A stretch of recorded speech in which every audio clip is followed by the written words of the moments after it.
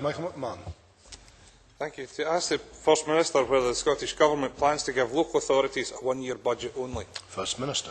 Well, we will submit by 18th November for parliamentary scrutiny and subsequent approval a balanced budget, as we must, for the Scottish Government as a whole for 2011-2012, which will include the total funding allocation for local government.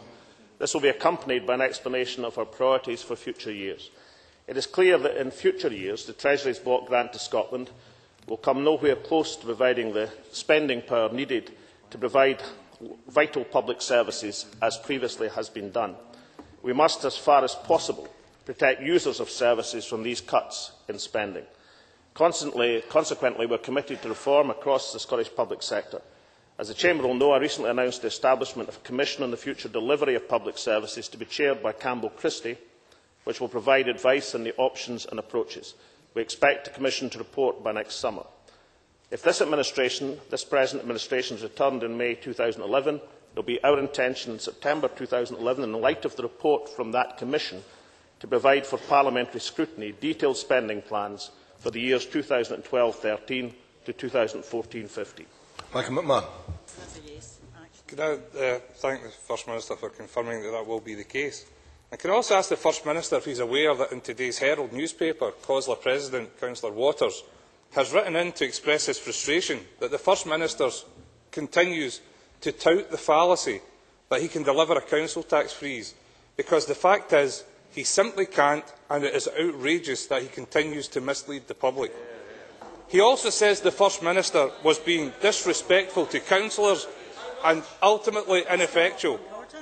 So can I ask the First Minister, does he agree that, given the level of cuts facing local government, that offering them a one-year budget is not good enough, especially when he sees fit to make two-year promises on their behalf? Why does his government continue to refuse to come forward with budgets? Will he come forward with longer funding proposals, or will he persist in riding roughshod over local government and continue to tout his fallacies, his fibs and his falsehoods? First Minister. Well, can I remind Michael McMahon that this administration has delivered a council tax freeze in Scotland over the last 3 years. And if we just take an area of Scotland at random, that has resulted in an average £200 saving for every household in East Lothian. Would be one place to take. Now, I know that the Labour Party haven't fully decided what their attitude to the council tax freeze are. Can I draw Michael McMahon's attention to two developments? In the Daily Record, which usually has a reasonable idea of the Labour Party's approach, on the 17th of August, Labour leader Ian Gray demands end to council tax freeze. And the Politics show, the 24th of October, Ian Gray, well, we've never been against freezing the council tax.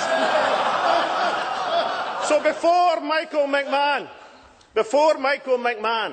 tries to estimate what his evaluation is of SNP policy, perhaps he should consult and find out which of the schizophrenic Ian Greys is going to decide on their approach to the council tax. And finally, to Michael McMahon, I hope he's seen this document to be prepared. Page 22.